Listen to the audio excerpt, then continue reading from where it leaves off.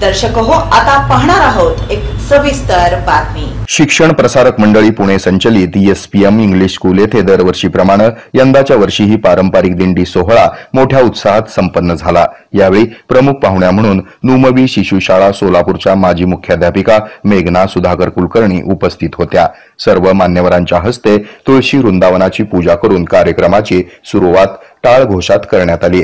विद्यार्थी ज्ञानोबा तुकाराम या जयघोषामध्ये सहभागी झाले। मान्यवरांच्या हस्ते पालखी पूजन करण्यात आलं। यावेळी कुमारी सृष्टी दांडगे हिने एक विठ्ठलावर आधारित छानशी कविता सादर केली।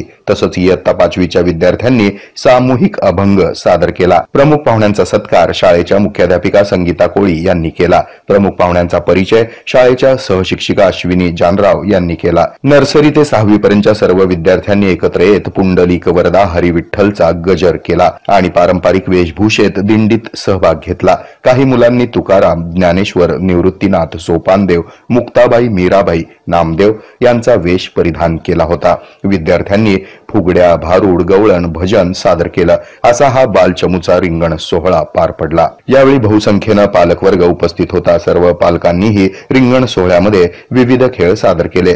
प्रमुख पाहुणे मेघनाताई यांनी विद्यार्थ्यांच्या कलागुणांचं भरभरून कौतुक केलं आणि सर्वांना दिंडीच्या शुभेच्छा दिल्या। शाळेच्या प्राचार्या संगीता कोळी यांनी विद्यार्थ्यांमध्ये वारकरी संप्रदायाची ओळख व्हावी, भक्तिभाव जागृत व्हावा आणि संस्कृतीची जपणूक व्हावी या उद्देशाने शाळेने हा उपक्रम हाती घेतल्याचं प्रस्तावनेमध्ये सांगितलं। शाळा समितीचे अध्यक्ष राजेशजी पटवर्धन यांनीही यावेळी सर्वांना दिंडीच्या शुभेच्छा दिल्या।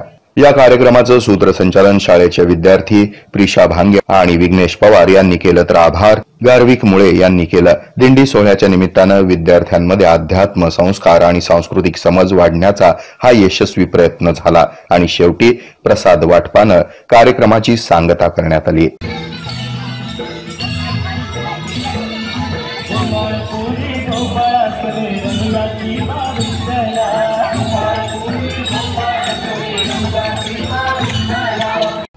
हे आहे मेट्रोकास्ट केबल नेटवर्क आणि आपण पाहत आहात द न्यूज